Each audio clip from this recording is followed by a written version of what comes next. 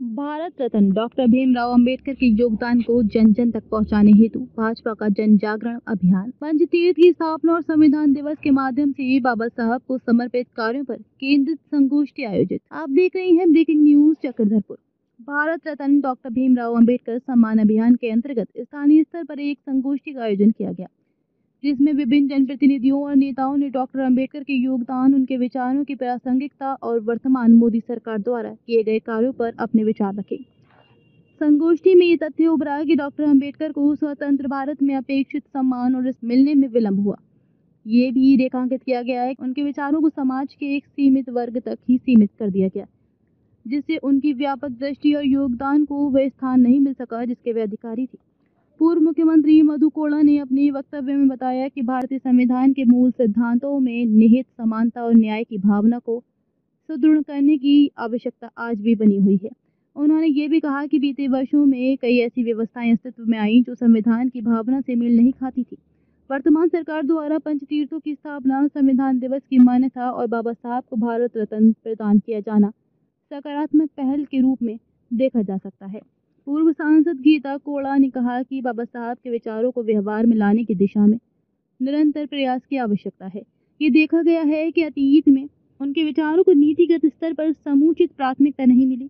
लोकतांत्रिक प्रक्रियाओं को सुदृढ़ करने और सामाजिक न्याय को समावेशी रूप देने की दिशा में हाल के वर्षों में केंद्र की मोदी सरकार में उठाए गए कदम इस दिशा में एक सकारात्मक संकेत है।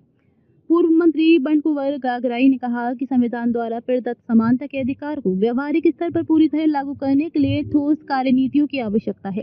संगोष्ठी को प्रदेश भाजपा प्रवक्ता जेबी तुबीर, जिला भाजपा अध्यक्ष संजय पांडे, पूर्व विधायक गुरचरण नायक, भाजपा नेता सनी पासवान, भाजपा नेत्री गीता बालमुछू ने भी संबोधित किया। कार्यक्रम की शुरुआत भारत रत्न भीमराव अंबेडकर, श्यामा प्रसाद मुखर्जी, दीनदयाल उपाध्याय के चित्र पर पुष्पमाला चढ़ाकर श्रद्धा सुमन अर्पित किया गया एवं संविधान की प्रस्तावना का पाठ संगोष्ठी में की गई। कार्यक्रम में मालती गिलुवा, रूपा दास, हेमंती विश्वकर्मा, दीपक सिंह, हेमंत केसरी चंद्र, मोहन तियू, हर्ष रवानी, राकेश पोद्दार, दिलीप साव, अनंत शयनम, पवन शर्मा, मंगल हेम्ब्रम, महेंद्र गोप, रामानुज शर्मा, रविशंकर विश्वकर्मा, मुकेश सिंह, जूली खत्री, बिरजू, रजक, कुल्लू कुमार, गंगा कारवा, अक्षय खत्री, प्रफुल्ल महाकुड़, दुर्गा चरण नाग, अनिल दास, पप्पू महतो, जय किशन बिरूली, वीरेंद्र कुमार सिंह, रोहित दास, अशोक कुमार तुम्बिल, मुकेश दास समेत अनेक भाजपा कार्यकर्ता सम्मिलित हुए।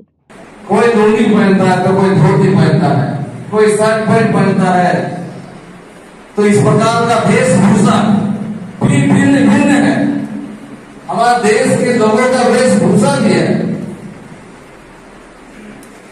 ऐसी परिस्थिति में पूरा देश को एक सूत्र में बांधना एक बहुत बड़ा एक चुनौती का। गुलामी के दौर से निकलने के बाद देश के बीच में एक बहुत बड़ा चुनौती था कि हम इतनी बड़ी समाज जो जिसका देश और भूषा अलग अलग है, भाषा अलग है, कल्चर अलग है, उसकी पद्धति अलग है, जीवन से लेके मरण करने तक के भी बहुत सारे क्रियाकांड सब अलग है। वैसे लोगों को कैसे इस सूत्र में बांधना है। चिंता ये था कि कहीं फिर से ना जाए हमारा आक्रमणकारी विदेशियों के द्वारा फिर आक्रमण करके फिर से ना गुलाम बना दे। ये चिंता हमारा मन बता। आजाद तो हो गया, लेकिन एक सूत्र में कैसे बांधेंगे, इसके लिए बहुत सारे लोग चिंतित रहे। आजादी केवल एक व्यक्ति नहीं था, आजादी में बहुत से लोगों का योगदान है। इस पर आजादी के इस भारत देश की आजादी की लड़ाई में, लेकिन क्या हुआ